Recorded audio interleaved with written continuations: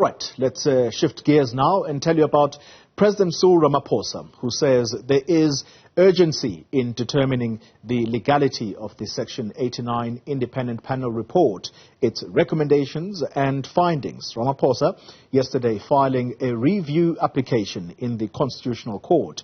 He's asking for the direct access to the highest court in the country, saying this case should be heard there, and this is in the interest of justice and the general public as well. Newzroom Afrika's Erin Bates is live for us at the Constitutional Court.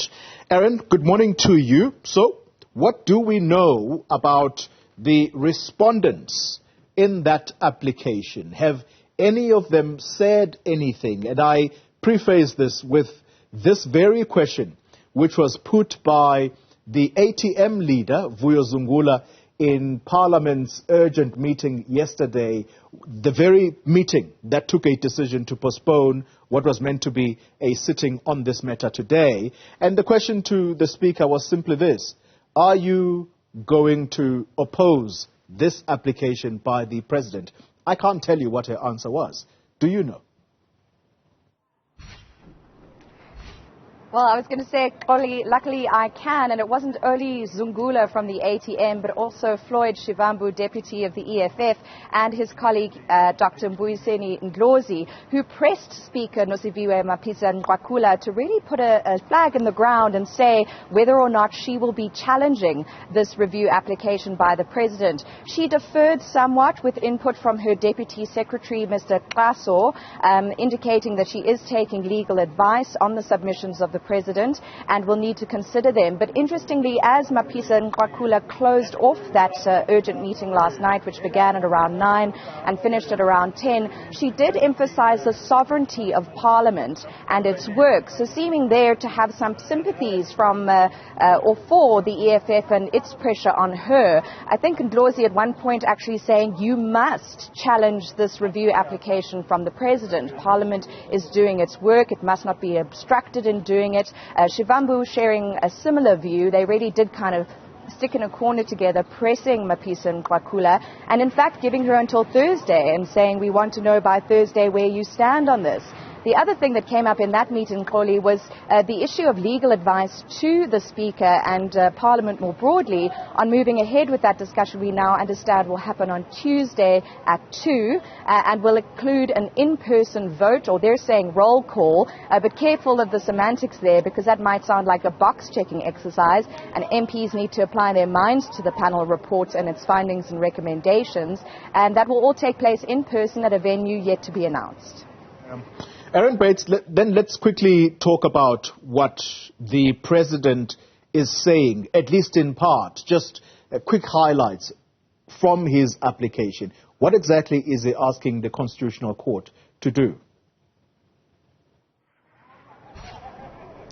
Yes, Kholi, so his 50-odd page submission to the Constitutional Court, which was also served on parties to the matter, so that's the three panelists, Mapisa-Nqakula in her capacity as Speaker of Parliament, and Zungula as head of the ATM, which lodged the original complaint against the President in terms of Section 89 of the Constitution.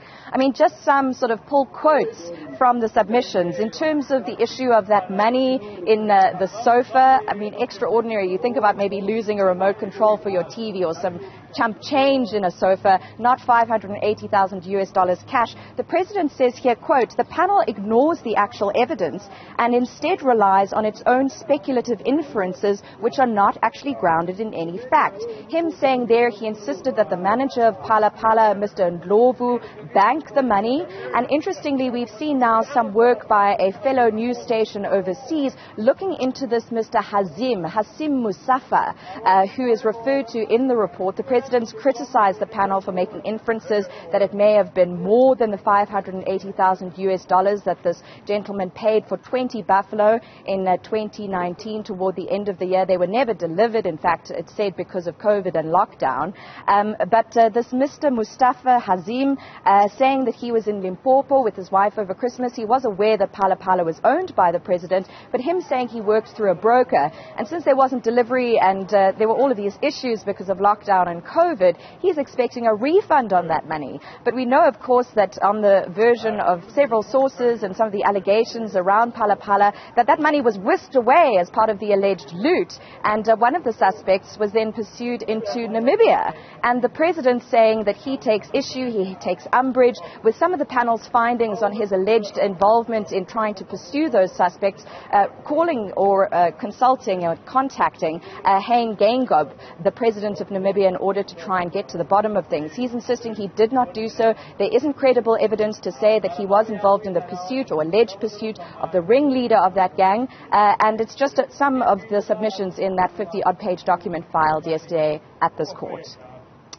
Erin Bates, thank you very much for that update. And you've heard her mention there the name of Hazim Mustafa. That would be the businessman who went to the president's farm to purchase these cattle in cash. Well, we are going to be speaking to the international correspondent, or the Sky News correspondent. That's the journalist who spoke to Mr. Mustafa. Hopefully, he'll put us into the picture as to what actually occurred, at least the version of the businessman.